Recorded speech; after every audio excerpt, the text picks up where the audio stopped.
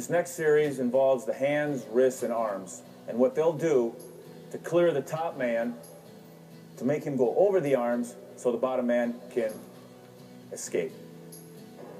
What we have here is hand fighting from the sit-out position. The bottom wrestler will be executing a drill to get the top wrestler over his arms. He's digging with his elbows and pushing with his hands to try to get him over both arms. At the same time, I'm going to have him go a little bit more realistic, where they actually try to control the situation. Bill has his arms down, across, elbows in, getting Mark over top his arms to be able to go from here to what I call a hip heist position and escaping.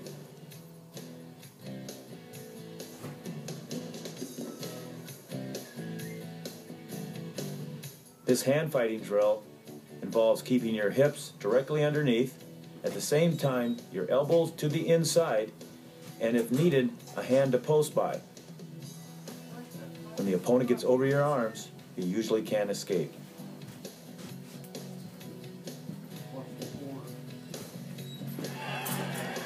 This live footage shows Terry Brands hip heisting out with good hand control.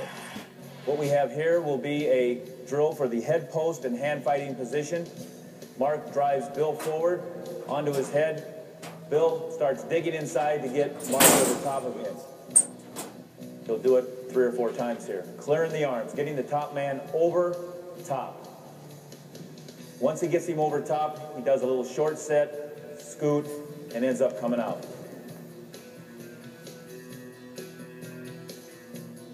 This same arm clearing drill from another angle.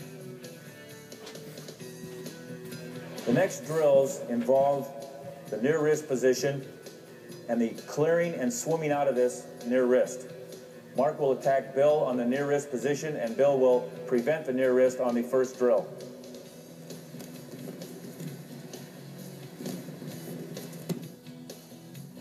Clearing the arm before a deep near wrist gets in is important.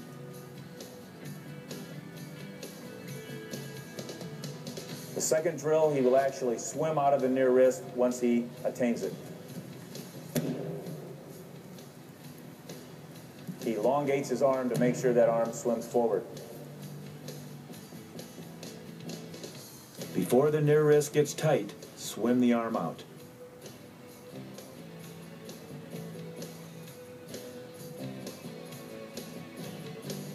Thirdly, he will take it out once it's tight by turning in and swimming out. He straightens his arm out for power in this particular drill.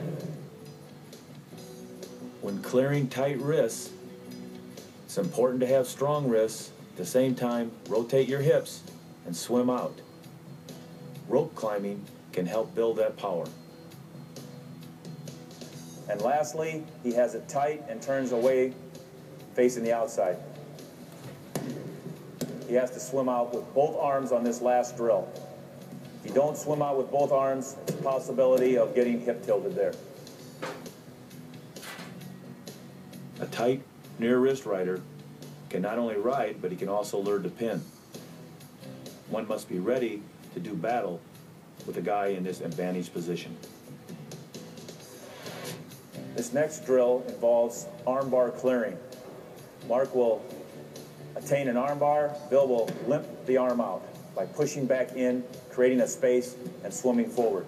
This also can be done on the mat. Comes back in with his hip, swims out.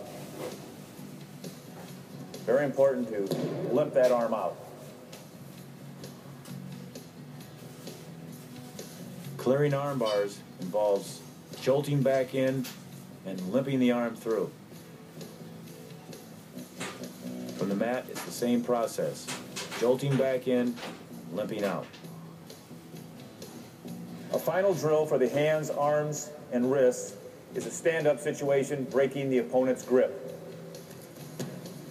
Pops the hip, hangs onto the hand, hip heists out.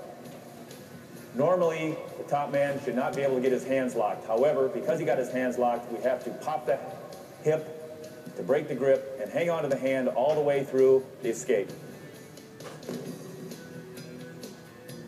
Good hand control will prevent the top man from lifting one in the air. Good hand control and the lowering of one's level results in the escape.